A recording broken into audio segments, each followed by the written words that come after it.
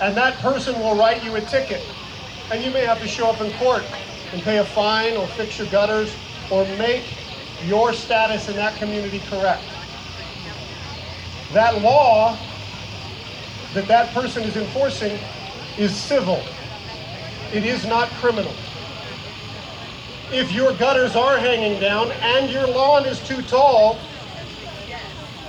you would be contrary to that law, and you might actually, to turn a phrase, you could be illegal at that point. But you're not criminal, you're just in violation of a civil law. Well, in that building over there is an immigration court. I spend a lot of time there. And like I said, I like words, I like to talk, that's a perfect place for me. But there's order to that, or there should be. And there is a system that should be followed. And so we've all read the bottom of the comment section after a post about somebody applying for asylum. And we read the lines that say, "Get in line and do it right." Well, that system that I go fight in is a civil system. It's a civil law. It is not a criminal law. So when those people are termed to be illegal, they are contrary, maybe, to that law. And we're trying to get them in compliance, just like you're trying to do when you mow your lawn. But when you mow your lawn, they don't throw you in jail. They don't take your kids away from you. They just make you fix what's wrong. So I have some news that I'm trying to put out, and that is, yes, seeking asylum is within the law. But the better part is that no matter where you come into the United States at, you get to seek asylum.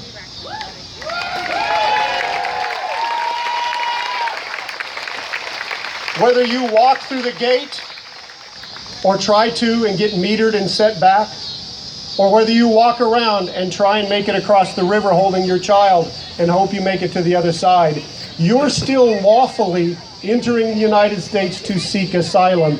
You are not illegal.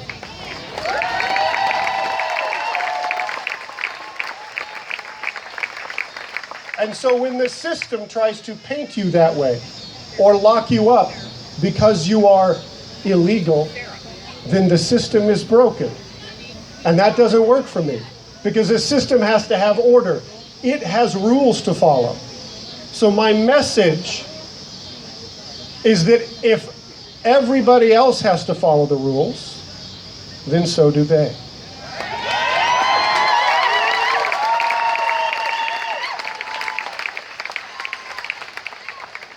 If we're going to have a system, the system has to balance.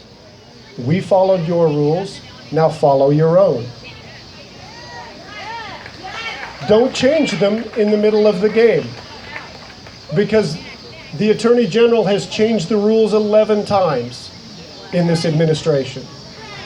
And so we have to accommodate for that. And those changes, they're not necessarily correct. So when somebody says illegal, you say yes, and I wish they would quit that. Oh, you meant the people on the border, they're following the rules. That's not who I was talking about. I was talking to everybody else.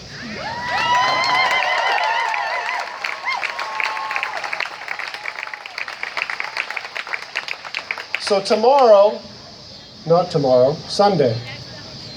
I don't even know what day it is, I'm sorry.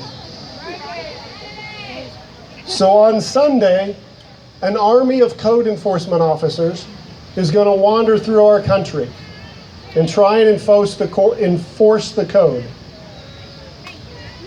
We're going to stand up to that because we don't know what Sunday brings. Does it bring people here or does it not?